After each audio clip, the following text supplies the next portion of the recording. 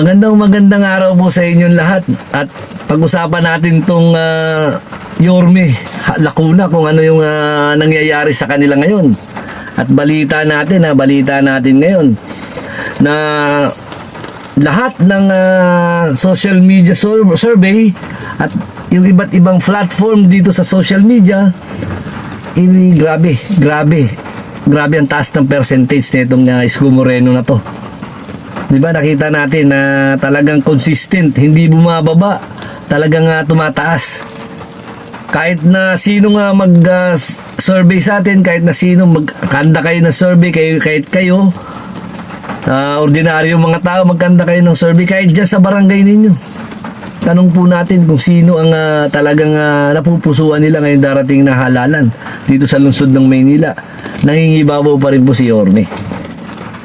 Kasi itong si Mayor Hani Lacuna, yung sa panahon ngayon, parang mahina talaga siya.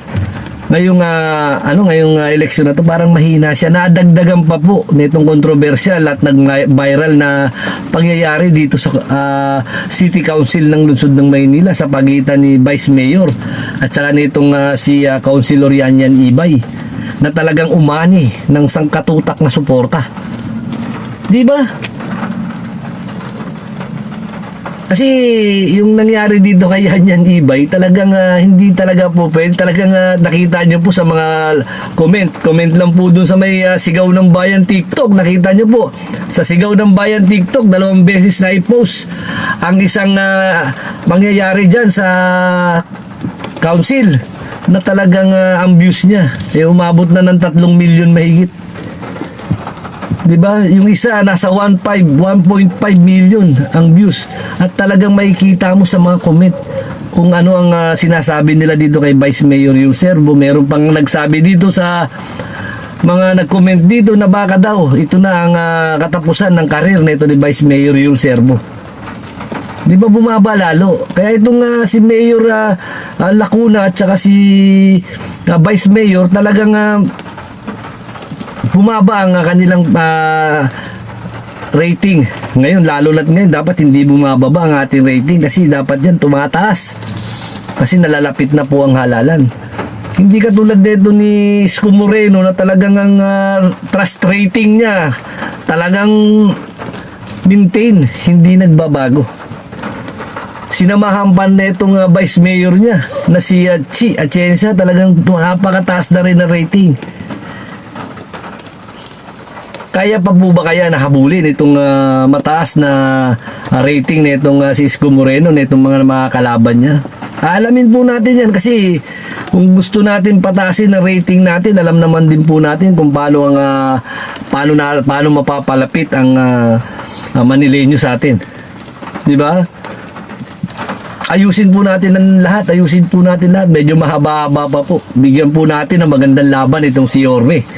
Kaso walang dumidikit sa kanya, walang isang nababalitang tatakbo diyan sa lungsod ng Maynila medyo dumidikit sa kanya, wala po.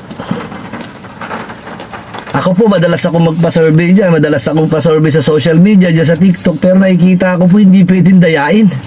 Hindi pwedeng yung magkwento ka lang na lamang kasi makikita mo ron yung comment kasi dyan sa TikTok namin, sa mga namin, social media account namin, yung mga comment dyan, kinukonsider na namin yan na supporter ni Yorme, talaga susuportahan siya. Kaso halos lahat po binibilang namin, nahihirapan na rin po kami magbilang kasi binibilang namin yun sa TikTok per comment. Talagang si Yorme ang nangingibabaw, talagang mahina itong si Mayor Hani Lacuna sa ngayon, na kailangan niyang baguhin, na kailangan niyang paangatin. Di ba po? Kasi nakikita po natin yung iba na mga pinapatawag, nakikita po natin sa social media yung mga pinapatawag, mga pumupunta ng meeting ng isang gustong tumakbo kayo darating na halalan. Yung nakikita po natin na parang the same. Parang yung mga nakikita natin dito na kay Mayora, nakikita din po natin sa mga ilang kandidato na halimbawa magbibigay ng ayuda, yun din po, sila din po nakikita natin. Hindi ka, nakita mo ba naman si Yorme, napapansin ko, iikot niya sa Maynila kahit siya lang mag-isa, nakasasakyan, pupunta sa isang lugar. Wala siyang patawag, wala siyang ano, pero lahat ng tao lalabas para makita lang siya. Di ba? Ramdam na, kahit na siguro kayo, yung mga ilang kandidat, ramdam nyo na yan eh. Ang iniisip na lang ninyo ngayon, siguro kung paano pabababayin yung rating nito ni Isko Moreno. Pero hanggang sa kasalukuyan, yung rating ni Isko Moreno talagang umaangat pa. Di ba umaangat pa kahit siguro kayo. Di ba kahit siguro yung mga kalaban na magpa-survey ng kanila. Alam po nila yan. Hindi po bumababa, halos tumataas pa ng paunti-unti. Di ba? Isa lang po ang dahilan yan. Gusto na talagang pabalikin si Yorme dito sa lungsod ng Maynila. Wala na po, hindi na po maawat. Ewan po natin kasi meron pang 9 months, 8 months bago mag-alalan, pero malapit na po yan. Napakarami pa po ata ang gustong tumakbo o gustong maglingkod dito sa lungsod ng Maynila. Ilan sila? Napakarami yan. Di ba? Di lalo lang pong bumigat ang laban ninyo habang parami. Kasi itong si Yorme, meron na sariling boto to eh.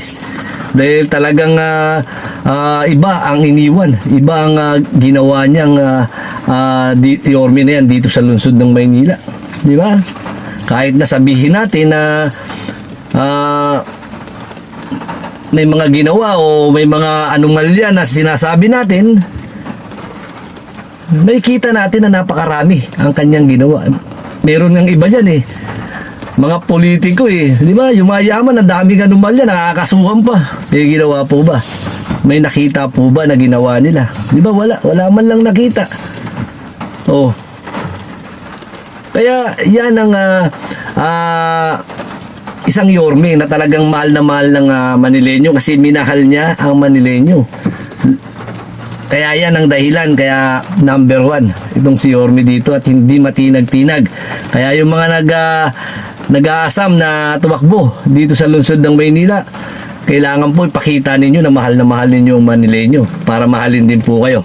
Magandang araw po at God bless. Maulan ha, ingat po.